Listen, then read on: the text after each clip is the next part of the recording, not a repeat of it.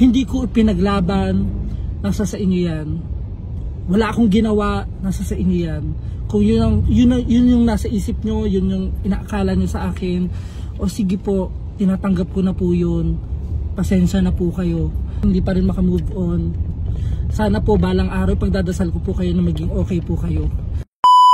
Gusto ko lang po magpakatotoo sa inyong lahat. Gusto ko lang pong may ilan-ilan at konti akong ipapaliwanag, ikukwento. Sana pagkatapos nyong marinig tong sasabihin kong to, hindi ako makatanggap ng pagbabatikos or kahit anumang pong masamang komento na maaaring ibigay nyo sa akin or ibato nyo sa akin. Bago ang lahat, gusto ko lang pong sabihin sa inyong lahat na okay na ako. Masayang masaya na ako. Proud na akong humarap sa inyo na wala na akong lungkot na nararamdaman. At syempre, maraming salamat po sa mga mamis na nandyan, mga friend na nandyan, mga sa family ko, lahat. Thank you so much sa inyong lahat kasi kayo rin yung dahilan kung bakit naging okay ako. At iilan lang din naman sa ibang tao na nakakasama ko or sumusuporta kuno sa akin na naging dahilan din ng kina-stress ko. Sa hamon ng buhay, ang dami kong napagdaanan. Ngayon pa ba naman ako susuko? Di ba hindi? Ipagpapatuloy natin. Madami nagme-message sa akin, madami akong mga komento na nakikita, mga posts sa social media. Nagkakagulo sila. Madami nagtatanong sa akin kung ano na ba, kamusta na ba, may pag-asa pa ba, pagpapatuloy mo ba. Masasabi ko lang na maging masaya na tayong lahat sa kung anong meron ngayon. Paulit-ulit ko itong sinasabi sa lahat. Siguro may kasalanan din ako at kasalanan ko din talaga kasi wala akong matibay na sinasabi. Parang bakal na sinasabi para tumigil na yung mga tao. Ngayon, magsasalita po ako, masaya ako sa dating partner ko. Kasi nakita ko yung galing niya, nakita ko na umaangat yung life niya. Proud ako sa kanya kasi ang layo-layo na niya sa dati. Kaya naman gusto ko lang din ng peace of mind. Gusto ko lang din na walang sisihin, walang magalit sa amin pareho, walang mga taong mag-aaway-away sa community ko dati. Para lang sa love team ko dati na ngayon may kanya-kanyang pinaglalaban ng iba't ibang tao, ang iba-ibang tao. May mga grupo-grupo na support sa akin, support sa kapartner ko dati, ganun. Na hanggang ngayon, nagbabangayan, nag-aaway-away. Kinalulungkot ko yung mga balitang ganun at sa mga naririnig ko. Mahirap, sobrang hirap. Pero ngayon, nararamdaman ko ngayon, masaya ako, sobrang saya ko kasi tinanggap ko sa sarili ko buong buo na okay na ako. Nagising na lang ako, no isang araw lang, na parang sabi ko, ay, okay na ako. Wala na, ganun. Itigil na po natin. Kasi, wala na. Ngayon, dun sa mga umaasa naman, pasensya na po kayo. Gustuhin man natin na mapapanood nyo kami sa social media ulit. Pero wala na.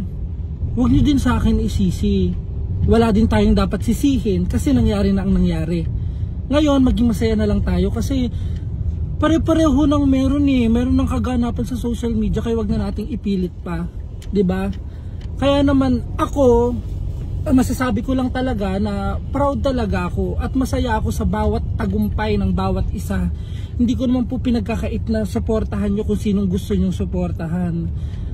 Nagpapasalamat din ako kasi naging importante kayo sa buhay ko. Kundi dahil sa inyo, wala naman ako dito. Hindi ko rin masasabi at hindi ko rin pinagkakalindakan na sikat or what ako. Pare-pareho lang naman tayo, pantay-pantay lang naman tayo. Pinagkaiba lang talaga, sinusubaybayan nyo kung anong ganap namin sa buhay. Kaya naman please, ang masasabi ko sa ngayon, magbati-bati kayo. Huwag kayo mag-aaway kasi nakakalungkot. Diba? Kung nai-stress kayo, mas nai-stress din kami. Tigil na natin. Kasi diba sinasabi ko sa inyo, pag oras halimbawa na nagsalita ako, totoo. So ngayon, magbibitaw ako ng salita na wala na.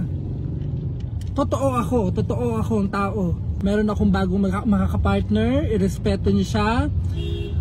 Kasi nirerespeto ko, wala naman kayo nadidinig na masama sa akin, sa kahit sinong tao. May nagawa man na masama or mabuti sa akin, wala akong komentong bad. Nagpapasalamat din ako kasi naging importanteng tao sila sa akin. Itigil na natin yung mga bangayan, tigil na natin yung lahat-lahat. Maging masaya na lang tayo. Sa mga mamis na umaasa, pasensya na po kayo. Siguro hanggang doon na lang po talaga tayo. Para matigil na, kasi mag-iisang taon na ayan, panghawakan na lang natin yung sinabi ko ngayon.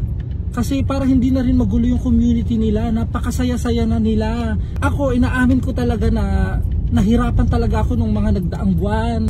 Hanggang ang tagal kong maging okay, ang tagal kong magamot. Pero ngayon, okay na ako. Kaya guys, wag na natin ipilit yung mga bagay na hindi na dapat. Masasaktan lang kayo. Okay na. Sa'yo naman na dating partner ko, proud ako sa'yo. Tandaan mo, salamat sa'yo, naging parte ka ng buhay ko. Sana, ang wini-wish ko lang talaga, yung good health mo, huwag kang makakalimot sa Panginoon. Yun lang. Sa mga dinedepensahan ako, pinagtatanggol ako, pwede nyo naman ako ipagtanggol sa mga nambaba sa akin in a good way. Wala tayong sasabihin ng peke, kailangan yung totoo. Maraming salamat sa inyo. Pero guys, ika nga nasabi ko, ang mga nananahimik na tao, wag na natin idadamay. Wala tayong ibang sasabihin na masama sa kanila. Hindi yung para lang maibaba natin yung tao, may sasabihin tayong mga ginawa na hindi naman talaga nila ginawa. Kaya wag tayong ganun. Natutuwa ako sa mga napapanood ko na video na pinagtatanggol ako, na totoo yung mga sinasabi at hindi nag-iimbento ng kahit ano para lang mapanood or for the views lang. Thank you so much sa inyo. Sa mga nambabash naman sa akin, kung dyan kayo masaya, o sige, bahala kayo. Kung anong gusto nyong sabihin sa akin, pagpatuloy nyo lang. Siguro naman nakakatulong ako sa inyo para kumita kayo ng pera. Basta ang tatandaan nyo ha, hindi laging ganyan. Hayaan nyo makilala kayo nang dahil sa talent nyo, sa kung anong unique na meron kayo, sa pagiging mabuting tao. Huwag nyo nga hayaan na mabalot kayo ng sama. Kasi mahirap yung ganan. Ano yun, habang buhay na lang kayong ganyan, 'di ba? Magpakilala kayo sa kung anong sa pagiging totoo nyo. Huwag nyo nga hayaan na parang may sinasagasaan kayong tao. Magkasalubong-salubong man tayo, maiisip pa rin natin na nagkakakilala tayo sa mabuti, 'di ba? Kaya sa mga hindi pa rin ako nakikita or nakakasama, huwag niyo rin muna akong husgahan. Ganon din sa ibang tao. Kasi hindi niyo man alam pinagdaanan ko. Mga mamis na nakakausap ko rin before, laban, naniniwala ako, babalik, naniniwala ako, kami, ganon. Pasensya na po kayo ha. Kasi wala na, suko na tayo, happy na ako. Masaya na bawat isa. Tigil na din natin yung mga komento na masasama sa kabila. Maging masaya na tayo. At the end of the day, mamamatay rin tayo. Gumawa na lang tayo ng kabutihan. Sa mga tao na nagsasabi na hindi ko ipinaglaban, nasa sa inyo yan. Wala akong ginawa, nasa sa inyo yan.